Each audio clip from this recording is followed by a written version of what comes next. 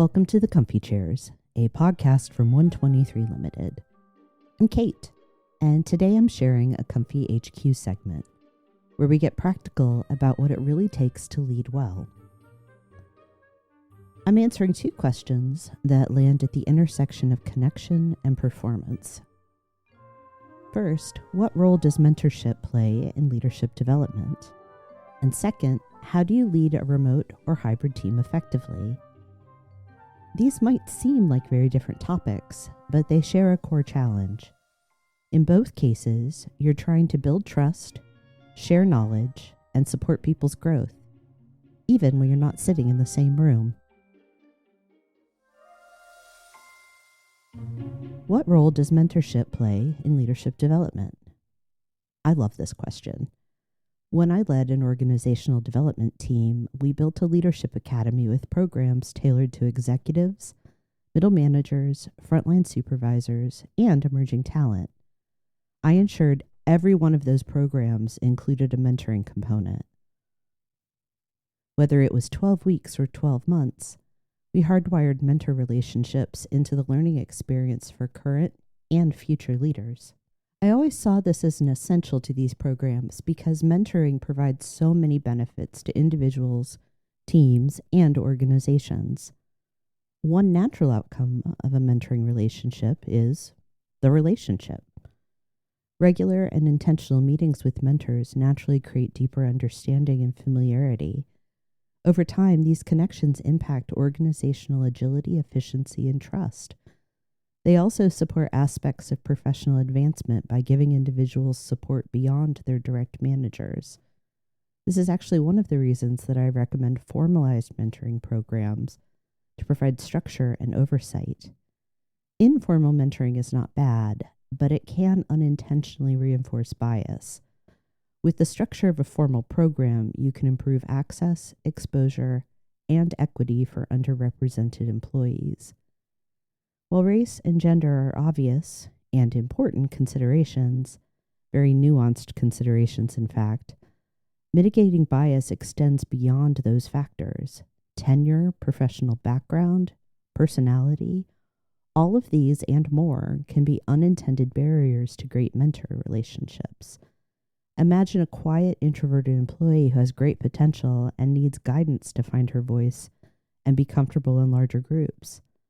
Left to their own devices, many senior leaders might overlook this employee, but a mentorship program could make a match that benefits her and the entire organization.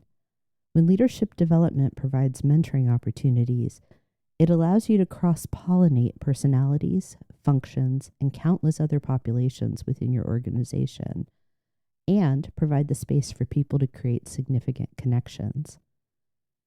In addition to these connections, learning will spread.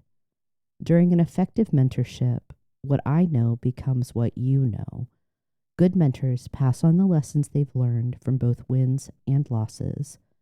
They are generous with their time, yes, but also with their knowledge, information, and other connections. Great mentors go one step further. They are open to learning from their mentees. A senior leader can share their career path and the steps and missteps that got them to the C-suite. And they can learn from their mentee about things like new trends and technologies, if they remain curious. In addition to the benefits of learning, when mentors are willing to become students themselves, they demonstrate respect for the experiences and budding expertise of others. This impacts the individual mentee and the organization's culture. The shared learning that can happen in mentorship is a message. It says we value learning and we value everyone's contribution. One author calls this a virtuous circle. The benefits continue to grow for everyone involved. While closely connected to learning, the last outcome of mentoring I want to call out today is knowledge.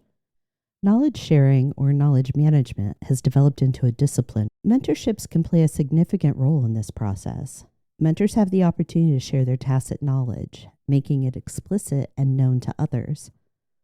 A side note, a really great mentoring program will provide the right resources for the mentoring pair to record this know-how and ensure it doesn't get lost down the road. Even passing knowledge from one person to another helps increase a team's shared knowledge, and promoting mentorship makes this standard operating procedure. So, what role does mentorship play in leadership development?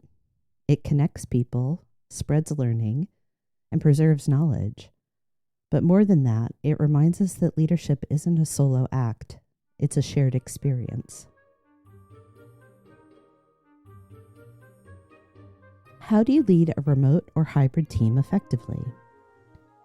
In its 2023 Global Human Capital Trends Report, Deloitte offered this insight about remote and hybrid work. Greater interconnectedness and the blurring boundary between home and on-site work give organizations a unique opportunity to experiment with not where, but how work should be done. Location and modality become secondary to the needs of the work and the workers. Recent return to office mandates have muddied the lessons we learned during the pandemic. What many leaders have lost sight of is that it's not a matter of if we work remotely, but how we do it well. Despite what the headlines say, this isn't about culture or innovation.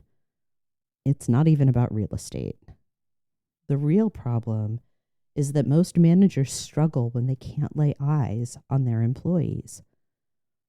I've coached many leaders who have responsibility for multiple shifts and can't wrap their heads around how to manage the performance of night or weekend staff. This is very much like managing remote employees. The focus needs to shift from having direct oversight, read control, over employees' actions and tasks, to understanding the mission-critical outcomes and measuring impact. Let's think about this with an example. Say Jane is a new hire on your team who is going to work 100% remote.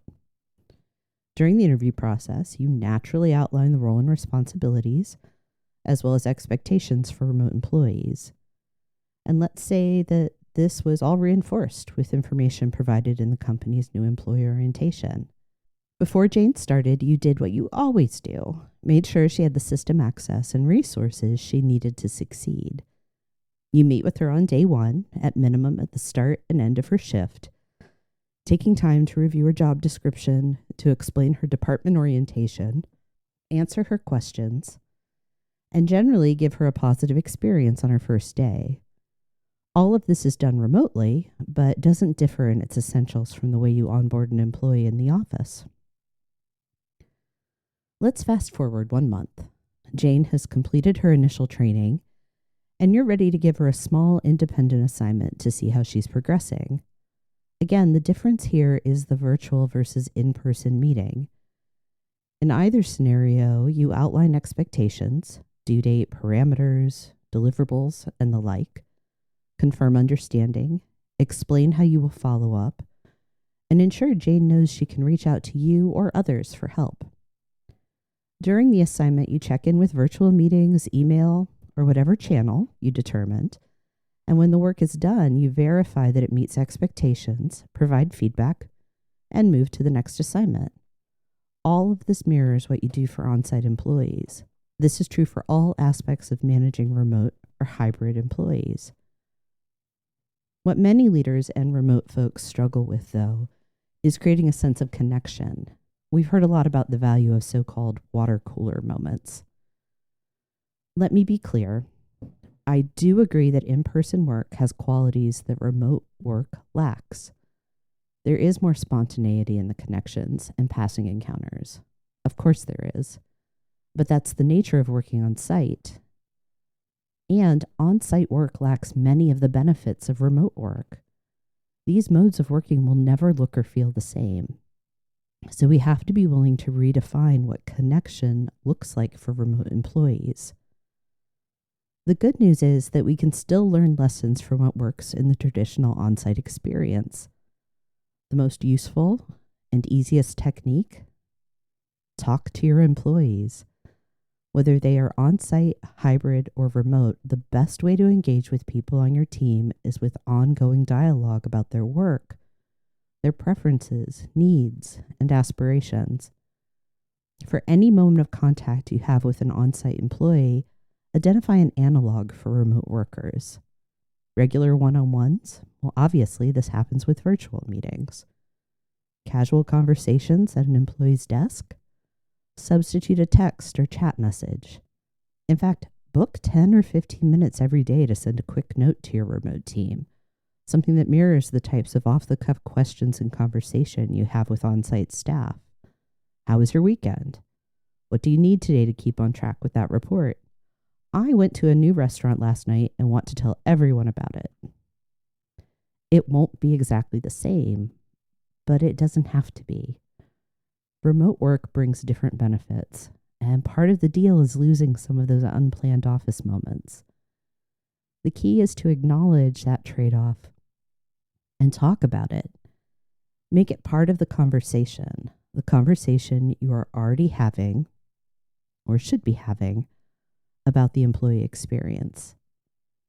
The only real difference here is how intentional you have to be, and at the end of the day, all good leadership is intentional. So the small increase in effort and attention to the details will be a natural expansion of what you already do.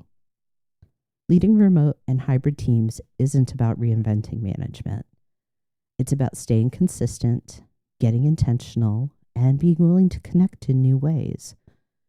If you're doing the work of leadership well, most of the skills you need are already there. You just have to apply them with greater care. Whether you're developing leaders through mentorship or supporting a remote team, the goal is the same. Create the conditions where people can do their best work and keep growing. That requires intention, a little creativity, and a lot of listening. If you're looking for support to strengthen your leadership programs or team practices, that's the work I do at 123 Limited.